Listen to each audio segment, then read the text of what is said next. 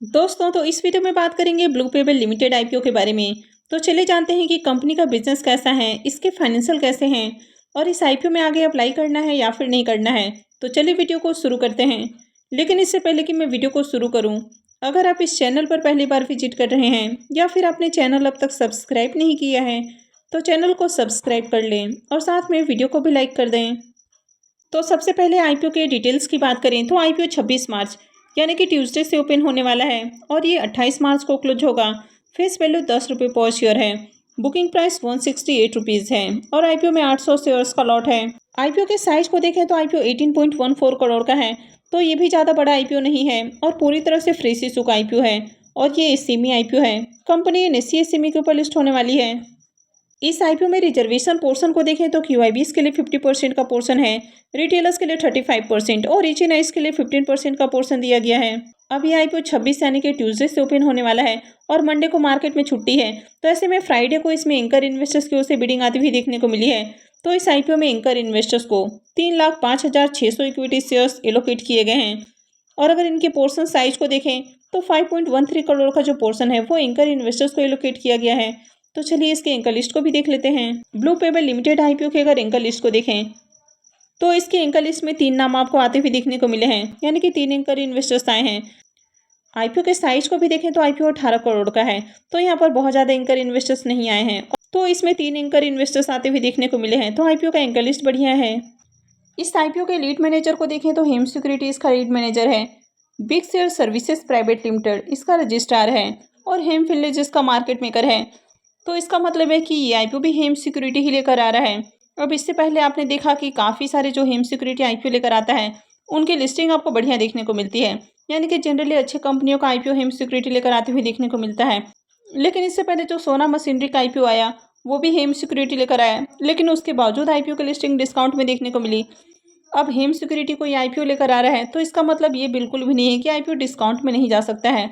अगर market condition खराब है, मार्केट के अंदर कभी भी आपको अगर बड़ी गिरावट देखने को मिलती है, तो ऐसे में कोई भी आईपीओ डिस्काउंट के अंदर जा सकता है।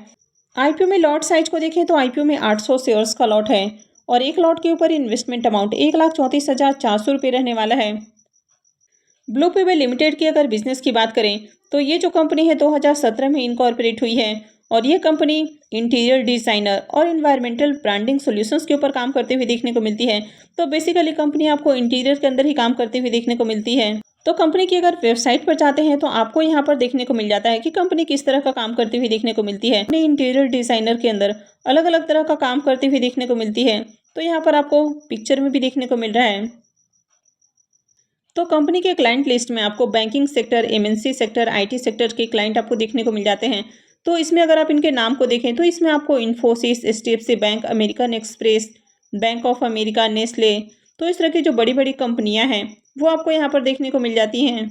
इस कंपनी के हेडक्वार्टर की बात करें तो ये मुंबई में स्थित है और अगर इनकी प्रेजेंस की बात करें तो दिल्ली, महाराष्ट्र, गुजरात, उत्तर प्रदेश, तेलंगाना, उड़ीसा, मध्य प्रदेश, पंजाब और तमिलनाडु में इनकी प्रेजेंस आपको देखने को मिल जाती है। इसके अलावा और भी जो दूसरे स्टेट्स हैं वहाँ पर भी इनकी प्रेजेंस आपको देखने को मिलती है। अब इस कंपनी को देखें तो इनको आर्किटेक्चर और इंटीरियर डिज़ाइन का अवार्ड भी मिलती हुई देखने को मिला है, यानी कि इनके काम के लिए इनको रिकॉग्नाइज भी किया जा चुका है। तो इस कंपनी को most creative and innovative design agency और इंडिया बेस्ट डिज़ाइन स्टूडियो से रिकॉग्नाइज किया जा चुका है।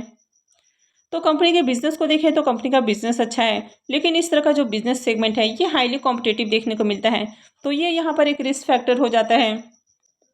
कंपनी के फाइनेंशियल को देखें तो यहाँ पर फाइनेंशियल 21 से 23 का कंप्लीट फाइनेंशियल है और फाइनेंशियल 24 के 2 क्वार्टर यानी कि 6 मंथ का फाइनेंशियल है।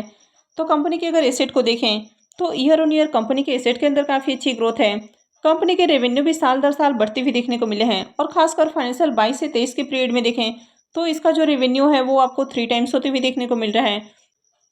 कंपनी के प्रॉफिट आफ्टर टैक्स को भी देखें तो कंपनी के प्रॉफिट के अंदर भी जंप देखने को मिल रही है। फाइनेंशियल 21 में कंपनी जहां 20 लाख का प्रॉफिट बना रही है, फाइनेंशियल 22 में बढ़ के 38 लाख हो जाता है और फाइनेंशियल 23 में देखें तो 200 लाख से भी ज़्यादा का प्रॉफिट है, यानी कि पिछले साल के मुकाबले देखा जाए तो इसका जो प्रॉफिट है वो आपको मोर देन 5 टाइम्स होते हुए देखने को मिल रहा है।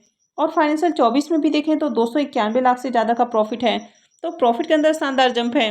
कंपनी के नेटवर्थ को भी देखें तो ईयर ऑन ईयर कंपनी के नेटवर्थ भी आपको बढ़ते हुए देखने को मिले हैं। साथ ही कंपनी के रिजर्व भी साल दर साल बढ़ रहे हैं। और अगर कंपनी के बोरोइंग्स की बात करें तो कंपनी अभी आपको डेट फ्री देखने को मिल रही है। यानी कि पिछले साल जहां कंपनी के ऊपर 27 लाख का डेट देखने को मिल रहा था, अभी देखने को नहीं मिल रहा है। तो कंपनी के ओवरऑल फाइनेंशियल काफ़ी अट्रैक्टिव हैं। कंपनी का मार्केट कैप 68.54 करोड़ का है।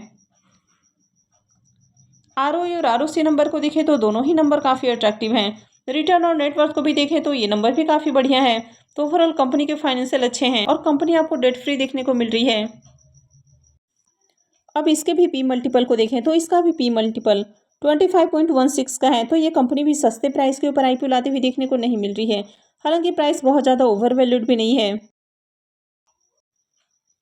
अब आईपीओ के ऑब्जेक्टिव की बात करें तो सबसे पहला ऑब्जेक्टिव है funding capital expenditure requirement, second हो जाता है वर्किंग कैपिटल रिक्वायरमेंट्स और थर्ड है जनरल कॉर्पोरेट पर्पस।